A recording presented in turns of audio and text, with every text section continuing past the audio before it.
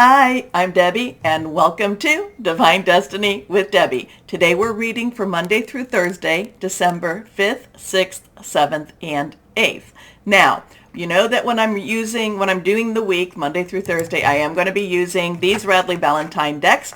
This is my Archangel Power Tarot cards, and this is my Guardian Angel Tarot cards. Now, I will also be using my Emily Anderson Crystal deck and my Inspirational Wisdom from Angels and Fairies, written by Frances Monroe, right? Yep. And artwork by Judy Mastrangelo. Now, this is just the this is the introduction. You will see this tagged on to all the videos. So if you want to bypass or if you want to cross-watch, however you want to do it, down there you should have a timestamp and it will bypass the introduction. I hope you watch the introduction at least one time. Also, remember to like, share, subscribe, click on the bell for notifications. It really has been making a major difference. More and more people have been seeing the videos, so thank you. Please keep doing that. You keep me on. Okay, but for those who bypass, I'll see you at the main readings. Now, this is the universal reading. This is the overall reading, what's going on in the world. This is also I'm going to be using my Rider-Waite deck and my Osha Zen Tarot deck. Now, we're also going to go and look at what is going on with the planets per se on the 6th of December.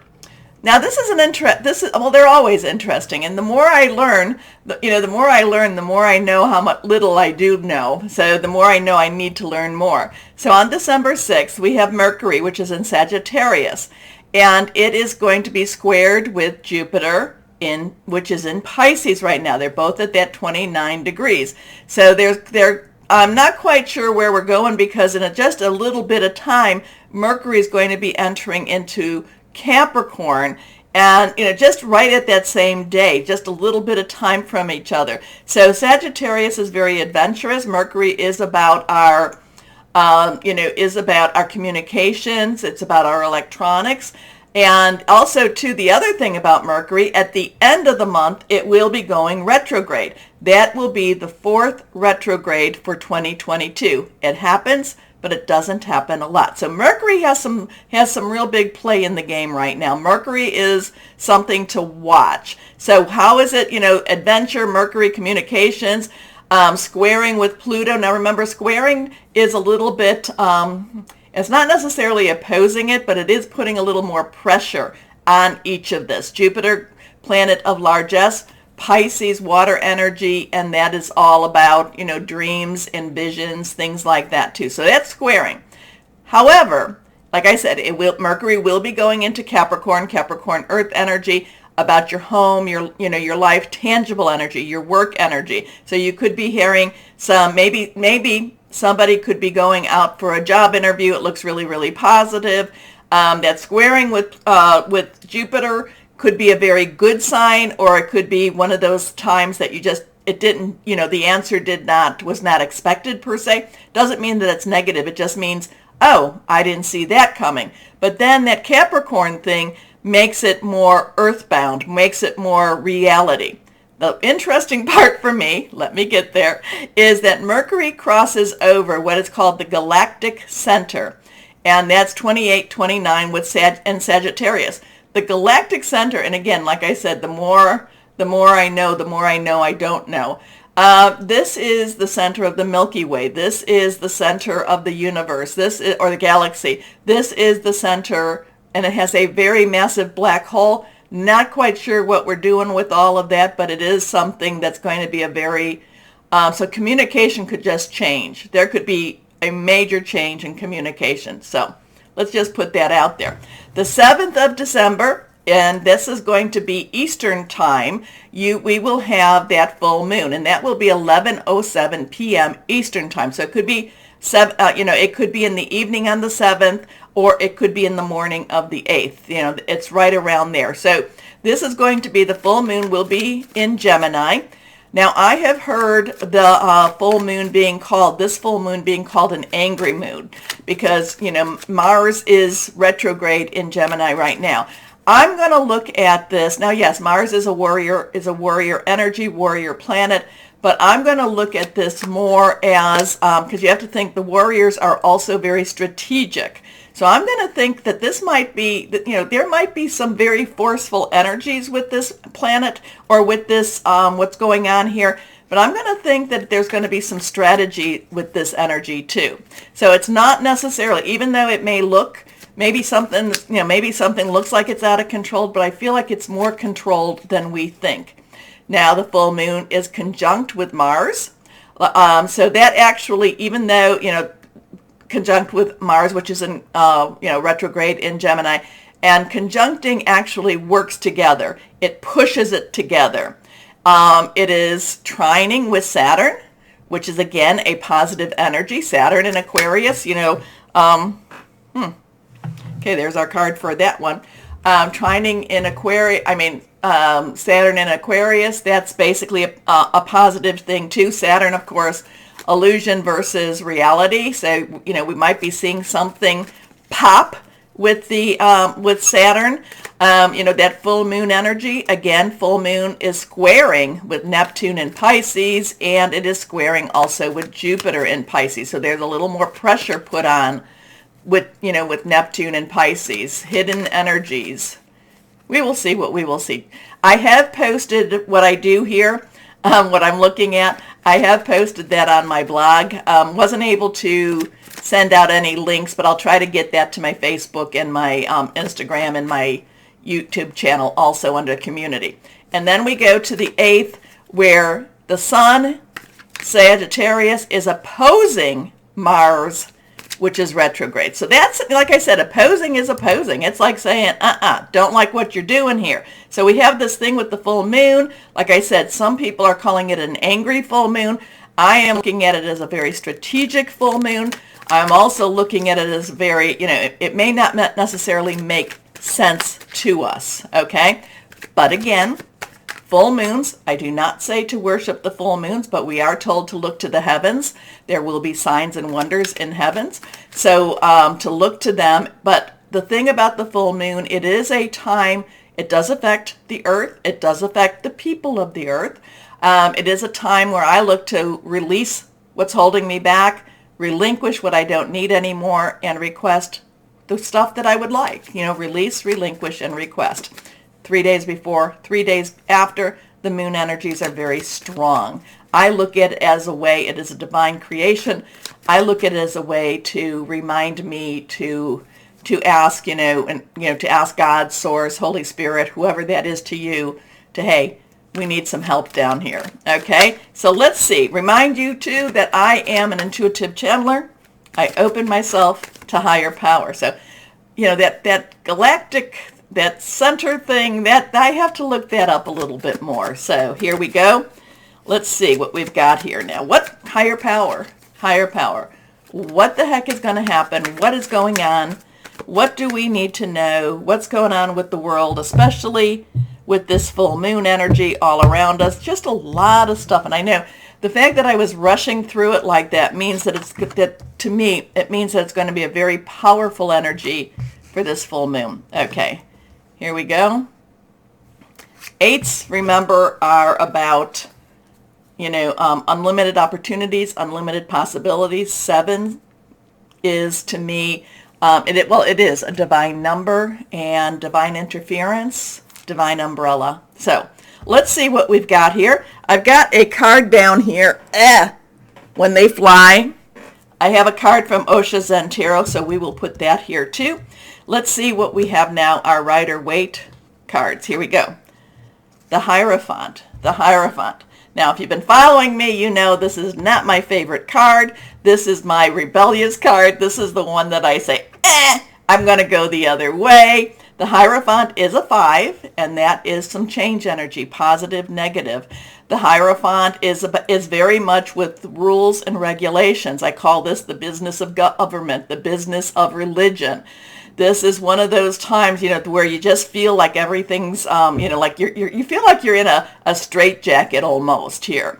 And, the Hierophant is one that I kind of say, when I see this, it's like, pay attention. Something's going to try to hold you down a little bit, and you may want to avoid it before it comes, or you might want to have your escape plan ready. Okay? Something about the Hierophant.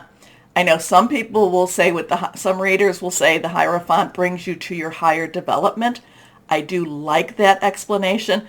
I just don't agree with that explanation. To me, the Hierophant is cringy. It's cringy. It's like, oh, no, no, no, no, no. So when I see this, I'm like, exit stage right or left, whichever way you want to go. Next card is the Hermit. So we have two major arcana cards here. So the Hermit is a 9. You have everything you need. Let's wrap it up. The Hermit is one, and this is major arcana. So this is some strong universal energy going on for this week. The Hermit is step back. The Hermit is pray. The Hermit is meditate. The Hermit is connect with your higher power. It is not a time where we are around a lot of people. It's not a time where we are celebrating. It's not a real big party time, okay? Again, it's a time to step back and just pray, meditate. And the thing about the Hermit, though, the Hermit, is not, the Hermit's not cringing. The Hermit's not hiding. The Hermit actually is looking down, so there is a little bit of a, like, I'm not going to look up. I'm kind of bowing my head energy. But now he could be watching his path. He could be seeing, to find his true path. There is the light that he holds. It's not necessarily a light that's luminous. I mean, it's not really big, like big spotlight. And he does have his staff to help. But this is all about finding your path also. So, this between the two of these, not quite sure where we're going to go because, like I said, that this is not my favorite card, but it is a necessary card. It is a necessary message. This one is kind of step back. It's a good time to pray, meditate, and contemplate next steps. Okay? Next card is, now we face our fears. We are facing our fears. Something is going on where we face our fears. Now, this is a 15. So we have a 5, 9, and a 15. Now, 15 is 555. Change, change, change. 15 is a 10, which is transitional energy plus that 5. So we're moving into something to change. We can also take the 15, make it a 6. 1 plus 5 is a 6. And 6 is the number of man. It's the energies we put into something. So we get the Devil card. Now the Devil card is really, it's not as scary as it looks, except, just as, like I said, the Hermit, we need to do some reflection. And the Devil card is showing us some stuff that's not necessarily pleasing to us.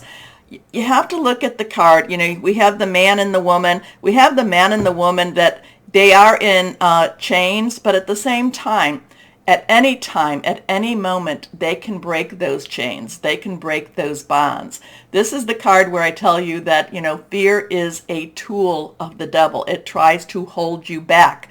It tries to keep you from your divine destiny, okay? And I know what that's all about. I do know that. I have been there, done that type of thing, taking the safe route and not necessarily stepping out into that unknown path. I'm not telling you to quit your job. I'm never going to tell you to do that.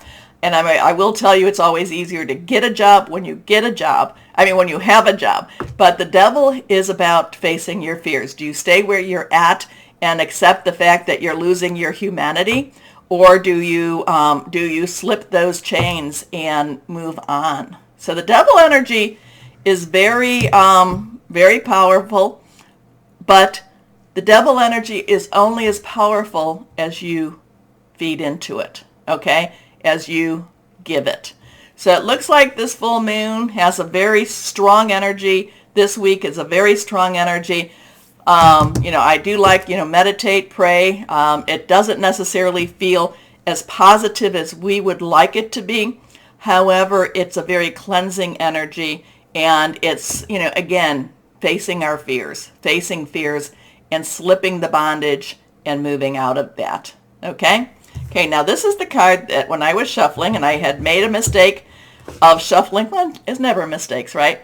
Of shuffling my Osha Zen Tarot cards, and this one is the one that flew. So let us see what we have. Higher power. What is this one all about? I kind of Okay, so now we have a 7. We have a 7. This is patience. I believe this is also one of the major arcana cards too.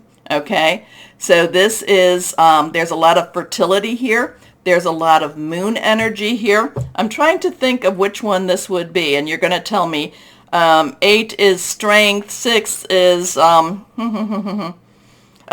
7 generally is the chariot energy. So I'm not quite sure where these are all connecting here. I need to take a peek at this. I'm going to hold on a second while I take a look at this. No, it is not major arcana. It is, I get a little confused sometimes in which ones I'm following. I was thinking of John Holland's Psychic Tarot and Oracle cards. But 7, again, is a divine number. 7 is a divine umbrella. There is a moon cycle here. There is all about patience. The woman is waiting to have her child. The woman, and a lot of times, hey, former labor and delivery nurse, and even though people will say there's no studies to prove this, the full moon does bring about new birth many a time, okay? So it is a lunar cycle. It is a lunar time. It could be, again, the full moon is right above her head. It is on the 7th, and Eastern time, the full moon will be on the 7th. So whatever's going on up here, it is, this is a card saying, reminding us patience. Kind of, is this connecting with that full moon too?